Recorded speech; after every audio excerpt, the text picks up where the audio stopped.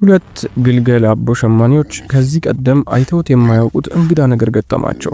በወጣትነት ኃይል ተሞልተው በግርምት ከበው ይጫወቱበታል። ጭራውን ይጎትቱታል፣ ወዲያና ወዲህ እያረጉ በለጋ ጥፍሮቻቸው ይቧጭሩታል። ለነሱ እንቅስቃሴያቸው ሁሉ ጨዋታ ይመስላል። ለከርከሮዋ ግልገል ግን ይህ ጨዋታ ሳይሆን የሞትና የህይወት ትግል ነው። እያንዳንዱ ነከሳ፣ እያንዳንዱ ግፊትና ምት ከፍተኛ ህመም ያስከትልባታል። ብዙም ሳይርቅ እናት ከርከሮዋ ጩኸቱ ይሰማትና ቆማ ትመለከታለች። ተፈጥሯዊ ስሜቷ እነዚህ አደገኛ አዳኞች ልጇን እያሰቃዩባት እንደሆነ ይነግራታል። በአቦ ሸማኔ ላይ ጥቃት መሰንዘር ሁሉንም ነገር አሳልፎ እንደመስጠት ነው።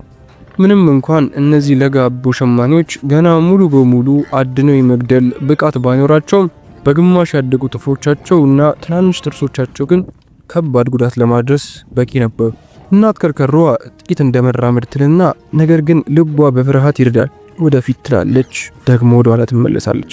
ለእነዚህ ወጣት አዳኞች ግን ነገሩ ከጨዋታ አልፏል። ለመጀመሪያ ጊዜ የሞትን ጣዕም በዚች በግልገል ከርከሮ እየተመለከቱ ነው።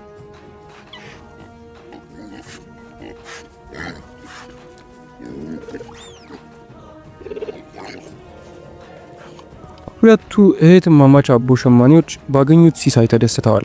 ነገር ግን ገና ልምድ የሌላቸው ሆኑ ናቸው። እንዴት እንደሚመገቡ ግራ ገብቷቸዋል።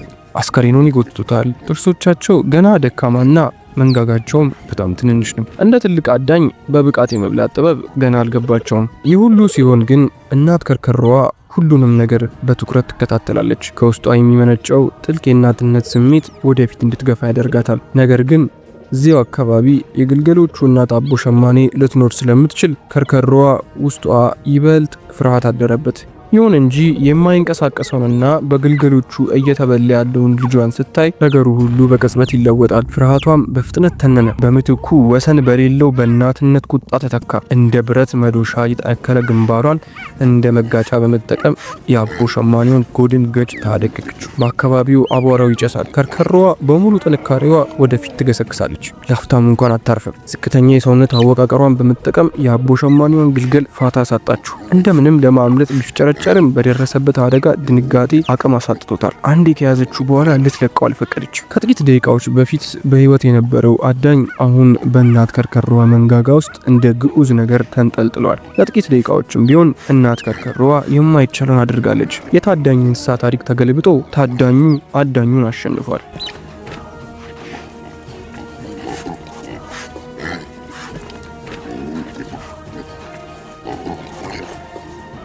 ይህች ጫካ ገና ታሪኳን አልጨረሰችም። ከሜዳው ማዶ ሌላ እናት የጭንቅ ድምፅ ሳትሰማ አልቀረችም። እናት አቦ ሸማኔዋ ከርከሮዋ ያደረሰችውን አድርሳ ለማምለጥ ስትሞክር በከፍተኛ ፍጥነት ተወረወረችባት። በጥፍሮቿ እየወጋችና በመንጋጋዋ እየቀረጠፈች የሞት ጽዋ ልትግታት መንገድ ጀምራለች። ከርከሮዋ በበኩሏ በሞትና በህይወት መካከል ሆና ትወራጫለች። በከባድ ሀዘን ውስጥ ያሉት ሁለት እናቶች ፊት ለፊት ተጋጥመዋል።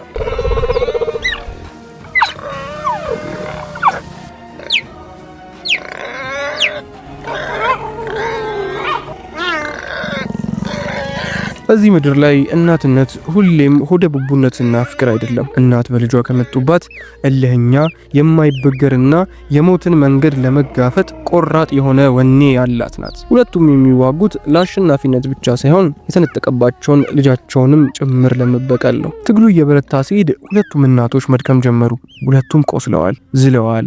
ነገር ግን በህልውናና በበቀል ስሜት ብቻ ጦርነቱን አፋፍመውታል። ትግሉ ከታቀደ አደን ትርጉም ወደሌለውና ወደ አድካሚ የሰውነት ፍልሚያ ከተቀየረ ሰንበታል። አሁን ይህ ፍትጊያ እጅግ አስቸጋሪው ምዕራፍ ላይ ደርሷል። ሁለቱም የመጨረሻ አቅማቸው ላይ ናቸው። ይህች ጥቅጥቅ ያለች ዱር የራሷን ምርጫ የምታሳውቅበት የመጨረሻው ሰዓት ደረሰ። ከርከሮዋ የተዋጋችው ለድል ሳይሆን ለበቀልና ለግዳጅ ነበር። ለልጇ ፍቅር ስትል ይህን ማድረግ ነበረባት፣ አደረገችው። ነገር ግን ሙሉ ጥንካሬ ካላት አቦ ሸማኔ ጋር ያላት የመትረፍ እድል በእጅጉኑ ጠባብ ነው። በአንድ አፍታ ስህተት ከርከሮዋ ሚዛኗን ሳተች። ይህ አጋጣሚ ለአቦ ሸማኔዋ በቂ ስለነበር በቅጽበት ተወርውራ መንጋጋዋን የከርከሮዋ አንገት ላይ አሳረፈችው። ይህች የሳቫና ምድር የከርከሮዋ ሞት ደገሰች። ለልጇ ስትል አንዲት ጀግና እንስት ከርከሮ በጠላቶቿ እጅ ወደቀች። በአዳኝና ታዳኝ የሚመራው ዓለም ውስጥ እንኳን ፍቅር ቆሞ ይዋጋል። በጫካው ጥላ ስር አንዲት አቦ ሸማኔ ትታያለች። ይህች ሴት አቦ ሸማኔ ጽንስ በሆዷ ተሸክማለች። እርግዝና ጊዜያቸውም አብዛኛውን ጊዜ ከ90 እስከ 95 ቀናት ይቆያል። የመውለጃዋ ጊዜዋ ሲቃረብ የማደን ብቃቷ በእጅጉ ይቀንሳል። ለዚህም ምክንያቱ የሆዷ ክብደትና የሰውነቷ ሚዛን መለወጥ ነው። ለልጆቿ መውለጃ የሚሆን አስተማማኝ ቦታ ፍለጋ አድማሱን ትቃኛለች። ግልገሎቿም ራሷን እንዲችሉ አድርጎ ለማሳደግ 18 ወራት የሚፈጅ የማያቋርጥ ጥበቃ ይጠይቃታል። ማጥባት ለእናትየዋ ከፍተኛ አቅም የሚጨርስ ተግባር ነው። ስለዚህ የምትወስደውን ምግብ በከፍተኛ ሁኔታ መጨመር አለባት። የምትሰጣቸውን ወተት ለግልገሎቹ የአጥንትና የጡንቻ እድገት በጣም ወሳኝ ነው። እናት አቦ ሸማኔዎች ልጆቻቸውን ብቻቸውን የሚያሳድጉ የመመገብም ሆነ የመጠበቅ ኃላፊነት ያለባቸው ጠንካራ እናቶች ናቸው። አብዛኛውን ጊዜ ከ3 እስከ 5 ግልገሎችን ትወልዳለች። ግልገሎቹንም ረጅም ሳር ባለባቸው ወይንም ደግሞ ድንጋያማ ቦታዎች ላይ ትደብቃቸዋለች።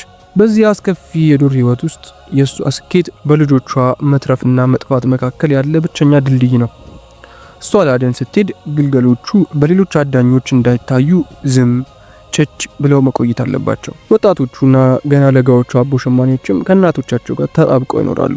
ለመጀመሪያዎቹ 18 ወራት ህልውናቸው ሙሉ በሙሉ በእሷ ትከሻ ላይ ነው። ሲወለዱ ደካማ ናቸው። ራሳቸውን የሚከላከሉበት ፍጥነትም ሆነ ጉልበት ኖሯቸው አይወለዱምና